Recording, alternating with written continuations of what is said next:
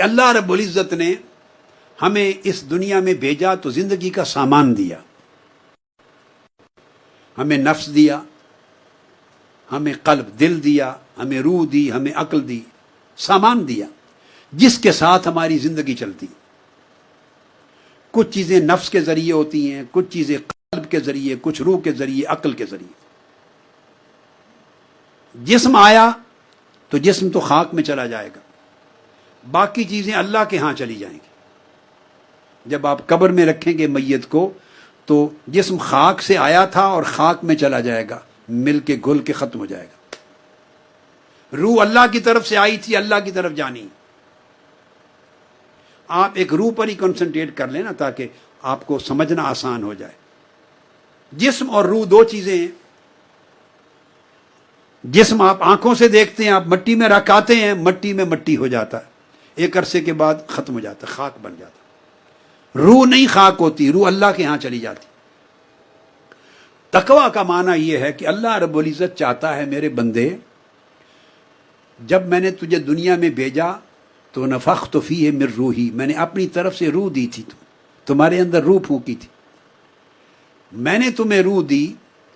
تقویٰ یہ ہے کہ جو جس حال میں نے تمہیں روح دی اسے حال میں مجھے واپس لوٹا۔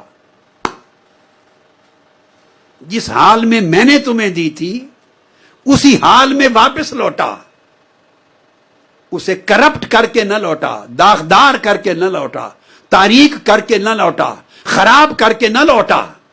جس طرح روشن، منور، مزین، پاکیزہ، طاقتور میرا ذکر کرتی، چمکتی دمکتی روح میں نے تیرے اندر ڈالی تھی، میرا سامان یعنی میری روح جو تجھے دی، مجھے جب تو لوٹائے تو اسی حال میں لوٹا جس حال میں نے تجھے دی تھی۔ جو بندہ اس روح کے اس حال کو اسی طرح برقرار رکھے جس حال میں اللہ سے لی تھی، اسی حال میں پلٹائے، یہ روح تقویٰ ہے، یہ تقویٰ ہے۔ اب اس کی مثال دیتا ہوں۔ آپ ٹیکسی لے آتے ہیں، کار لے آتے ہیں کسی دکان سے کرائے پر، تو جس سے لاتے ہیں قاعدہ کلیہ ہے کہ نہیں کہ اسی حال میں واپس لوٹائیں؟ بولیں۔ حتیٰ کہ اگر اس نے ڈیزل اور پیٹرول ڈالا ہوا تھا ٹینکی میں تو جتنا ڈیزل اور پیٹرول لے کے آئے تھے، اور اگر خرچ ہو جائے تو اپنی طرف سے ڈال کے اتنا ڈیزل یا اتنا پیٹرول پورا کر کے کار لوٹاتے ہیں۔ ایسا ہوتا ہے یا نہیں؟ ورنہ مالک کہتا ہے اگر کار کو آپ توڑ دیں، نقصان کر دیں، کہیں ڈینٹ لگا دیں تو آپ کو پے کرنا پڑ جاتا ہے۔ وہ پے کرنے کو عذاب کہتے ہیں، وہ سزا ہے۔ مالک سے جو چیز آپ استعمال کے لیے لاتے ہیں، قاعدہ ہے کہ وہ چیز واپس اسی حالت میں لوٹاتے ہیں۔ اگر خراب ہو گئی تو اس پر سزا ہوتی، جرمانہ ہوتا ہے۔ اس طرح بندے، اللہ نے آپ کو عقل دی پاکیزہ جوہر کے طور پر، اور اگر وہ کرپٹ کر دی، آپ نے خواہش کر دی، منفی کر دی، اس کو مکار بنا دیا، عیار بنا دیا، اس کو بے ایمان بنا دیا، کرپٹ کر دیا، اللہ قبول نہیں کرے گا۔ فرمایا میں نے یہ عقل تو نہیں دی تھی، مجھے اس حال میں پاکیزہ عقل لوٹا، جس حال میں پاکیزہ روح دی تھی اسی حال میں لوٹا، جس حال میں نفس دیا تھا اسی حال میں لوٹا، جیسا دل دیا تھا اسی طرح روشن دل واپس لوٹا۔ لہذا جس بندے کو یہ فکر رہے کہ مجھے اللہ نے یہ امانتیں دی ہیں، میں تو کرایہ دار ہوں، میں تو استعمال کر رہا ہوں، اللہ نے استعمال کے لیے دی ہیں، مالک نہیں بنایا۔